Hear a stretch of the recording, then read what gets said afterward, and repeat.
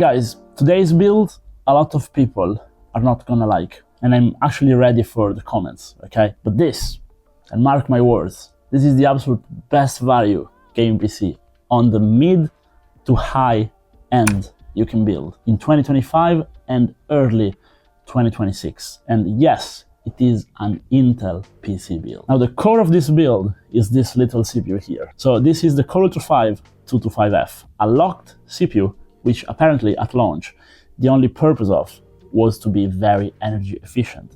And here today I am suggesting you guys to put this with a locked motherboard with a very good water cooler, 360mm one, which you guys may think is completely useless, but this simple combo with some very good RAM will actually allow this CPU to be overclocked and tweaked so much that yes, it can saturate all the way up to an RTX 5070 Ti.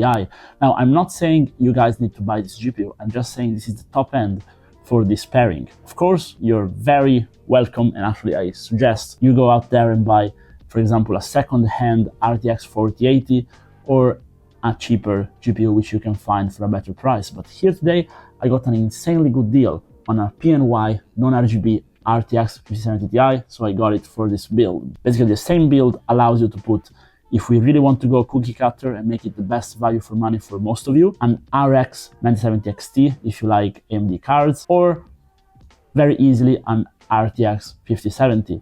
Allow me to explain and to tell you how you can copy this. Well, first of all, again, we start from this CPU, which you can buy nowadays for 150 bucks, probably even less. I bought it for a little bit less than that. Brand new, comes with a stock cooler, which you can, of course, ignore. Then you can buy the cheapest motherboard you can find, which still looks decent. In my case, B860M-A from Asus. It has Wi-Fi, it has Bluetooth. It's a pretty average motherboard, but Intel actually did a bad job of locking out their B860s, so it turns out this thing actually performs pretty much like a Z890 for this CPU. And of course, this video, if you're seeing this at launch, I will release guides on how to do everything that I'm talking about here. But if you're seeing this even a week after it was released, you will find all the guides on my channel about how to do those tweaks, because they are the core of this build. Then you need some good RAM. And currently we are in a RAM shortage, but some of the RAM which I could still find for good price is this, from Patriot Viper, and they are the Patriot Viper Elite 5 Ultra. As you can see, they have a Core Ultra sticker on the box, which is not always a good thing, but today it is. And I'll show you the CPU-Z with the specs of this RAM, and this XMP works every time, all the time, but they also look good, and they make for very good overclockers, in case you guys want to follow my DDR5 overclocking guide, in which I was referencing exactly a Patriot Viper kit. I also went with Patriot Viper for the SSD. I got their VP4300 Lite, currently probably one of the highest values NVMe's out there. 2 TB you can currently buy for a little bit over 100 bucks, at least in Italy where I'm from, and it's great. Again, I was mentioning cooling shortly, but this is a Phanteks build, so we're going with Phanteks for the cooler, case, and PSU. I like the idea of making the PC a little bit more compact, and Phanteks just released their new XTV3. So I got it in white. It comes with 3 included fans on the bottom. They are RGB. They don't need a controller, but they're all daisy chainable and compatible with other Phanteks products, like my all-in-one, which I have here today. The all-in-one is the Glacier 1 M25 G2, and of course in white. I did fill out the case with a noise blocker fan on the back, and then simply mounted the all-in-one on top. I find if you're buying a slightly smaller case, it's going to be so much easier to fill it up. Also, you're saving money on your motherboard because they're usually a little bit cheaper, and I just like the idea of something more compact, which still performs very well. The only thing I won't compromise on is all-in-one space, and again, you can fit a 360mm one over here. A few words more on the all-in-one, because that thing is insane. It has an included RGB fan on top of the water block, kind of like Arctic does, which is gonna cool your VRMs while the PC is running. Very important, especially if you're overclocking a little bit, and it's nice to have. Then the fans come pre-daisy chained, and unfortunately they have a proprietary connector, but the proprietary connector has a splice, and basically you can connect the pump to the fans and have a single 3-pin 12-volt RGB connector go to your motherboard, which is also compatible for the case fans. This is the good thing about going mono brand if you're doing a build, which means in the end, all of this is controlled by one single 3-pin RGB cable, and of course, one pump output and one fan output, which is great because we don't clutter our PC connections. And we don't need a controller.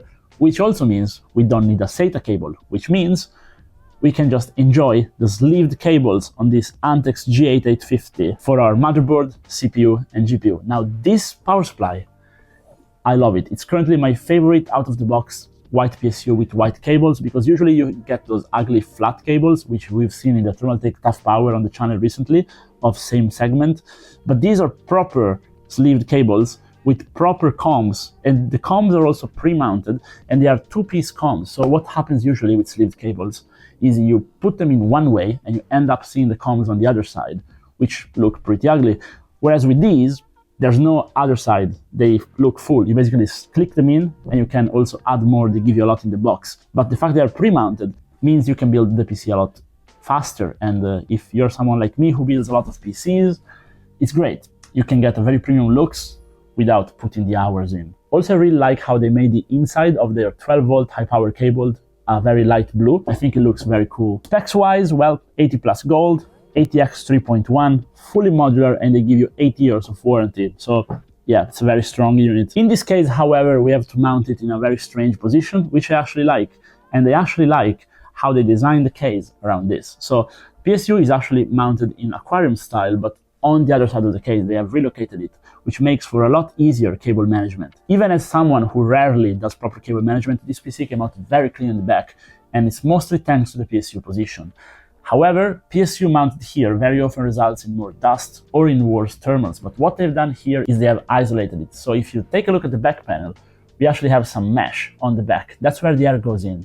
And then the air goes in exhaust to the out, and we actually see that the mesh on top is slightly cut where the actual PSU is. So on the top, we have our all-in-one outtake, and we also have our power supply outtake. And as intake, we have the bottom and then a little bit on the back, which I find is the perfect configuration. The power supply airflow and the actual PC airflow do not touch each other, which means your PSU is guaranteed to run cool and quiet. Also, little side note, all the inside cables of the case are sleeved white.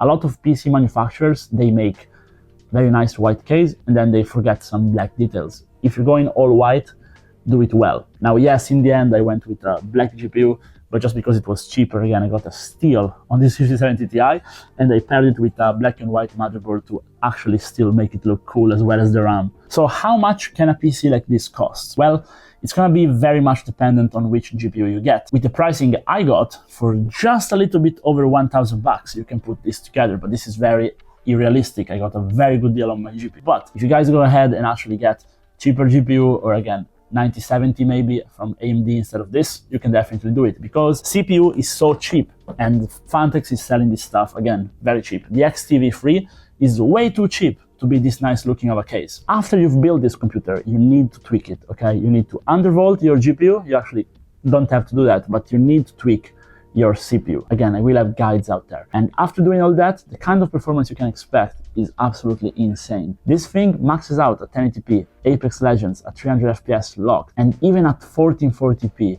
as I'm showing you right now, we are well over the 240 Hz mark, even though they vary a little bit on the high end. Warzone, you can do 300 FPS locked easily. This is a beast of a configuration. You guys trust me. If you want to build a PC, test it out. If you are PC flippers, test it out. Yes, it may be a tougher sell because it's a Core Ultra 5, but this thing is very good. As usual, if you guys tried something like this and had bad experiences, please drop a comment down below so I can also verify that. On the other side, if you do have good experiences or agree, also let me know so people can actually have a good opinion on what I'm saying. If you watched the video this far, drop a like and subscribe. See you guys in the next one. Bye bye.